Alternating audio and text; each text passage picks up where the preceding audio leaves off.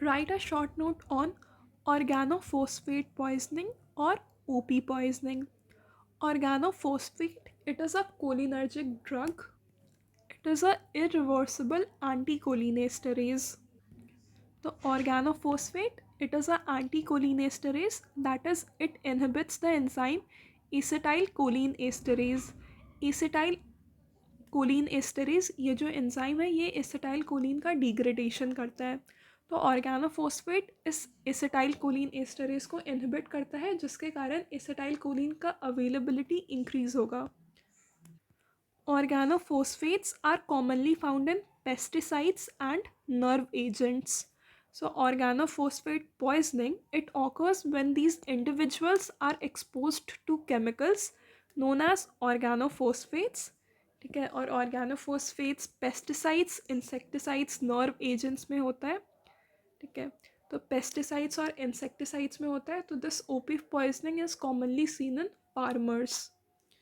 बाकी mechanism of action of organophosphate is that it inhibits the enzyme acetylcholine esterase at the esteratic site. ठीक है, तो acetylcholine esterase के पास दो site है, एक एस्टेरेटिक साइट है और एक एनायनिक साइट है। तो उसका जो एस्टेरेटिक साइट है उसको इनहिबिट करता है ऑर्गेनोफॉस्फेट। ठीक है, तो इस एसिटाइलकोलिन एस्टरेज का इनहिबिशन के कारण एसिटाइलकोलिन का एक्यूमुलेशन होगा in the nerve system, and increase in acetylcholine will cause symptoms such as increased salivation, increased sweating, muscle twitching, muscle weakness, respiratory depression, respiratory distress, convulsions, coma, and there can be even death due to acetylcholine overstimulation. ठीक है, तो acetylcholine अगर ज़्यादा होगा तो there will be excess secretions, तो salivation, sweating, urination ये सब इंक्रीज हो जाएगा। There will be increase in muscle twitching, there will be muscle weakness, and death can be due to respiratory distress. There can be even convulsions, coma, or death. Let's see the management of organophosphate poisoning. First, we need to maintain the airway. So, airway management is the first step. Secure the airway as needed. Administer oxygen therapy. And also, we need to monitor the cardiac activity with ECG.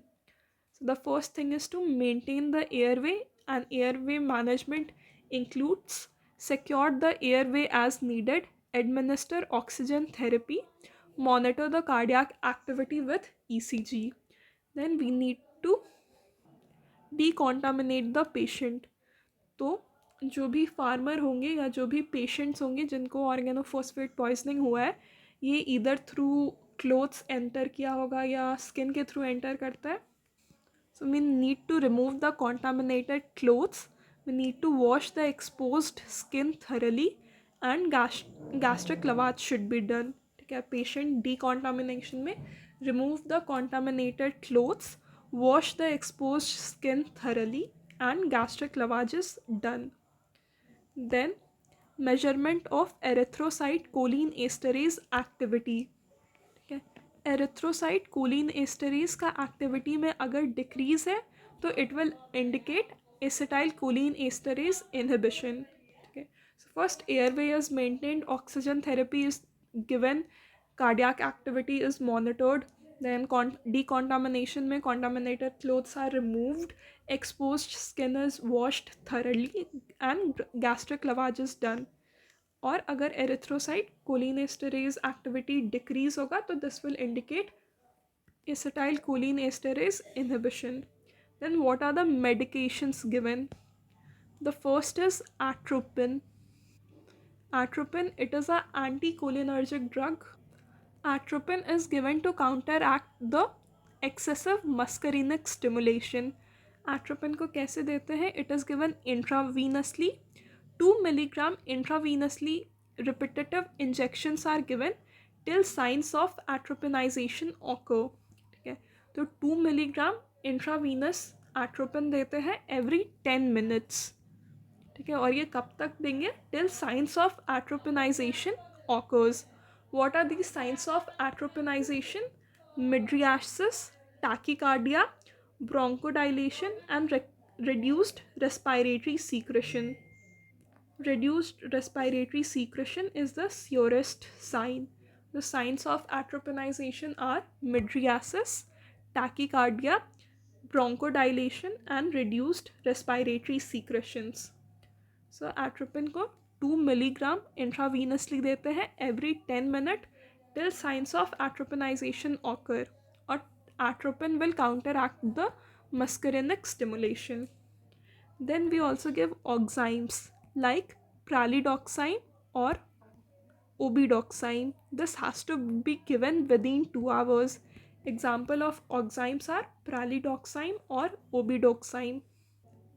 Oximes जो है they will act both on muscarinic and nicotinic receptors. Atropine सिर्फ muscarinic stimulation को counteract कर रहा था.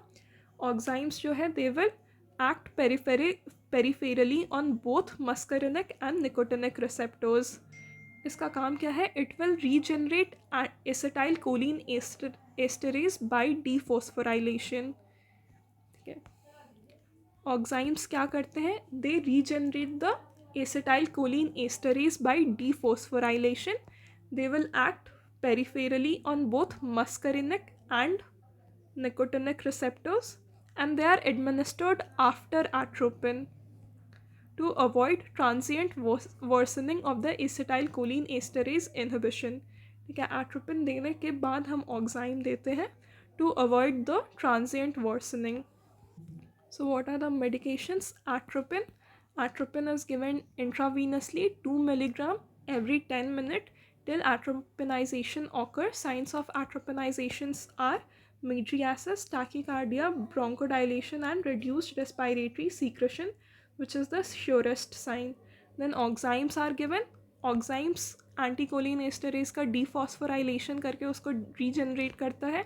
It will act on both muscarinic and nicotinic receptors, and they are administered after atropine to avoid the transient worsening. Then benzodiazepines are also given like diazepam. This is used to control organophosphate induced seizures. ठीक है, तो organophosphate का एक symptoms था that is convulsion या seizure. तो उन seizures को कंट्रोल करने के लिए we can give benzodiazepines like diazepam. See, there is a similar poisoning to organophosphate poisoning, that is carbamate poisoning. Carbamates are also a category of drugs that come under anticholinesterase. Carbamates भी acetyl choline esterase enzyme को inhibit करते हैं. ठीक है, but ये जो है ये एस्टेरेटिक साइट और एनायनिक साइट दोनों पे इनहिबिट करते हैं. जो ऑर्गेनोफॉस्फेट था वो सिर्फ एस्टेरेटिक साइट को ब्लॉक कर रहा था, but carbamates will inhibit the action of acetyl choline esterase at esteratic site as well as anionic site. ठीक है, और ये एसिटाइल कोलिन एस्टरेज का काम क्या है? It breaks down the neurotransmitter acetylcholine in the nervous system. तो अगर ये इनहिबिट हो जाएगा तो जो एसिटाइल कोलिन का लेवल है that will increase. And carbamate poisoning it results from exposure to chemicals known as carbamates, and these carbamates are also found in pesticides, insecticides, and some medications. So the symptoms will be increased secretions like excessive salivation, sweating, and confusion will be seen. Nausea, vomiting, diarrhea, and muscle weakness is also seen. Symptoms of carbamate poisoning are nausea, vomiting, diarrhea, muscle weakness, increased salivation, increased sweating, and confusion. The treatment: immediate medical attention is crucial. Then treatment involves decontamination, supportive care, and administration of antidotes like atropine. तो carbamate poisoning और OP poisoning में काफ़ी similarities हैं. ठीक है, ये दोनों pesticides insecticides के एक्सपोजर के कारण होते हैं.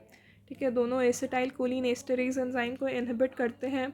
इनमें कॉमन सिम्टम्स होता है जैसे कि excessive salivation, excessive sweating, confusion, muscle weakness, और एंटीडोट्स में एट्रोपिन है.